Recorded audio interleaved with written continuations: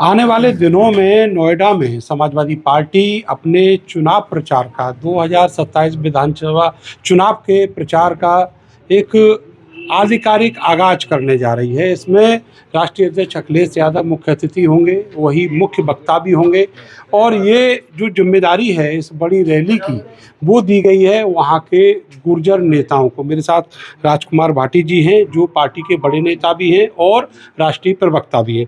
भाटी जी, ये जो रैली है इसको क्या माना जाए, कितनी विधानसभा सीटों को ये प्रभावित करेगी और ऑर्गेनाइज कैसे किया जा रहा है? देखिए, 29 मार्च की दादरी रैली एक ऐतिहासिक रैली होगी और ये रैली परिवर्तन की रैली होगी, क्रांति की रैली होगी, बदलाव की रैली होगी। इससे सत्ता परिवर्तन होगा उत्तर प्रदेश में। और इसमें मैं लगभग 100 से ज़्यादा विधानसभा क्षेत्रों में घूमा हूँ। 142 विधानसभा सीट हमने चिन्हित की थी, उन सबसे इसमें लोग आ रहे हैं, लेकिन मैं 100 से ज़्यादा विधानसभा में तो खुद गया हूँ।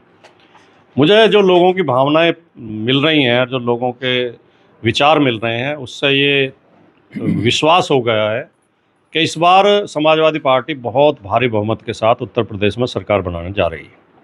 अच्छा सर, ये बताइएगा कि एक ये चर्चा चल रही है कि जो पूरा ऑर्गेनाइज जो उसका प्रबंधन देखेंगे रैली का, वो सब गुर्जर समाज के ही नेता हैं। तो आपको डर नहीं लगता कि जो बीजेपी वाले हैं कल आपके ऊपर जातिवादी होने का आरोप लगाएंगे? बीजेपी से बड़ा जातिवादी इस देश में कोई है? डर तो तब लगे अगर वो ना हो जातिवादी। वो तो ऐसी पार्टी है जो अपने प्रधानमंत्री की जाति प्रेस कॉन्फ्रेंस करके बताती है, राष्ट्रपति की जाति बताती है। जो उत्तर प्रदेश में मंत्रिमंडल विस्तार करती है तो वहाँ बोर्ड लगा देती है जिस पर लिखती है हमने किस जाति के कितने मंत्री बनाए हैं। तो ये घोर जातिवादी पार्टी है। और भारत की राजनीति में उत्तर प्रदेश के मुख्यमंत्री योगी जी से बड़ा जातिवादी कोई दूसरा नेता नहीं है। वो घोर जातिवादी हैं और उन्हें कुछ जातियों से विशेष नफरत है। ओबीसी, एससी समाज के लोगों से तो और माइनॉरिटी से तो विशेष नफरत है। इनके खिलाफ तो खुल के बोलते हैं। तो गुजरों से भी नफरत है? हाँ, गुजरों से भी नफरत। गुजर समाज का अपमान बीजेपी ने बार बार किया है। पहली बात तो योगी जी की सरकार पहली ऐसी सरकार है देश की आज़ादी के बाद जिसमें कोई गुजर कैबिनेट मिनिस्टर नहीं है। पूरे उत्तर प्रदेश में एक गुजर जिलाध्यक्ष नाम के लिए बना रखा, केवल गाजियाबाद में जिलाध्यक्ष तक नहीं बनाए, पन्ना प्रमुख जरूर बना रखे हैं कुछ। तो कोई अच्छे पद पे कोई गुजर समाज का व्यक्ति है नहीं। और दादरी में जो इन्होंने मीर भोज प्रकरण में जो एक पूरे गुजर समाज का अपमान किया था, आप इतिहास की किसी भी इतिहासकार की किताब उठा के पढ़ें, मीर भोज को आपको सब में गुजर प्रतिहार सम्राट लिखा मिलेगा। दिल्ली के अक्षरधाम में मूर्ति लगी हुई है, अटल बिहारी वाजपेयी जी ने अनावरण किया था, उस पर लिखा हुआ गुजर प्रतिहार सम्राट। इनके ही मुख्यमंत्री थे बीजेपी के ही साहब सिंह वर्मा जी, उन्होंने दिल्ली में एक सड़क का नाम उस पर मोटा मोटा लिखा हुआ है गुजर प्रतिहार सम्राट मीर भोज मार्ग। योगी जी इन सबसे बड़े इतिहासकार हो गए। उन्होंने दादरी में जो गुजर समाज ने अपने पैसे से अपनी ज़मीन पर प्रतिमा लगाई थी गुजर सम्राट मीर भोज की, उसमें से गुजर शब्द मिटवा दिया था। तो ये समाज का बहुत बड़ा अपमान था। तो ये तो घोर जातिवादी मुख्यमंत्री हैं। भाटी जी, एक दो सब जो मेरे प्रश्न हैं वो लॉ एंड ऑर्डर को लेकर है। अभी मथुरा में एक घटना हुई और उस घटना को एक दूसरा रूप देने का प्रयास किया गया, लेकिन वहाँ की पुलिस ने उसको संभालने की कोशिश की।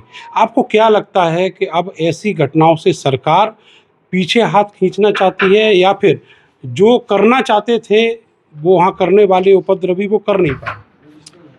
देखिए, पहली बात तो उत्तर प्रदेश में कानून व्यवस्था की स्थिति बहुत ज़्यादा खराब है।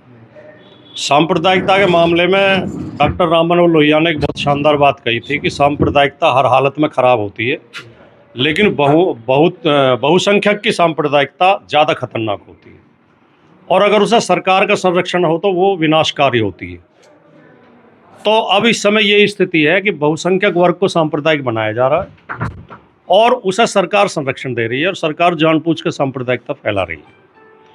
कई जगह कई घटनाएं ऐसी हुई हैं कि गोल टोपी लगा के गाय काटते पकड़े गए और जब पुलिस ने उन्हें अरेस्ट किया तो पता चला कि वो हिंदू ही थे और बजरंग दल से विश्व हिंदू परिषद से जुड़े हुए थे। कई जगह मंदिरों में मांस फेंकने की घटनाएं हुई हैं।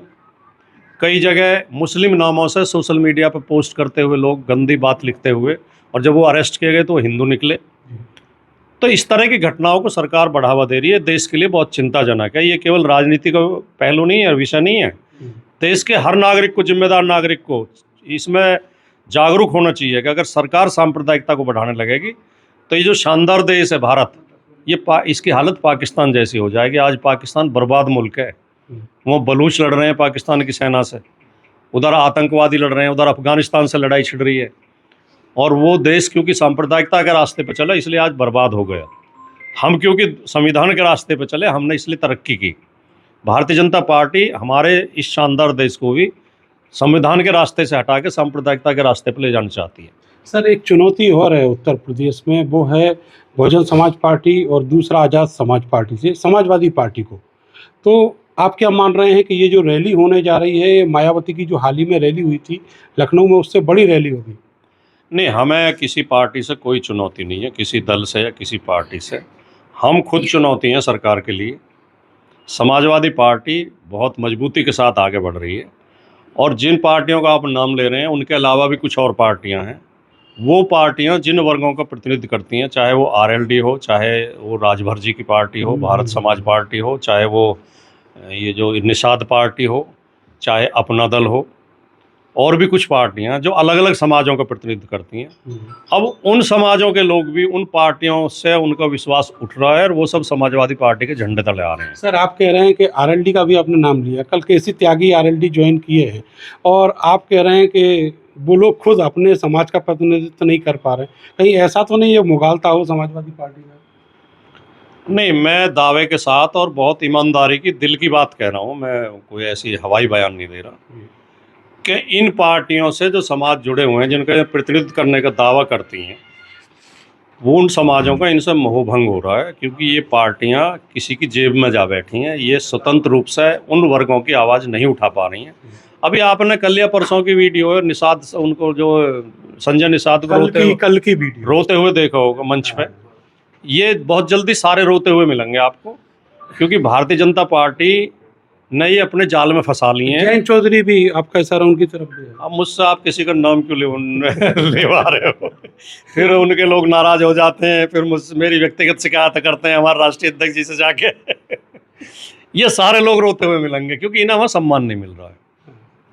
इन्हें वहाँ इन्हें तो एक मीटिंग में कुर्सी तक नहीं मिली जयंत जी को, खड़े रहे।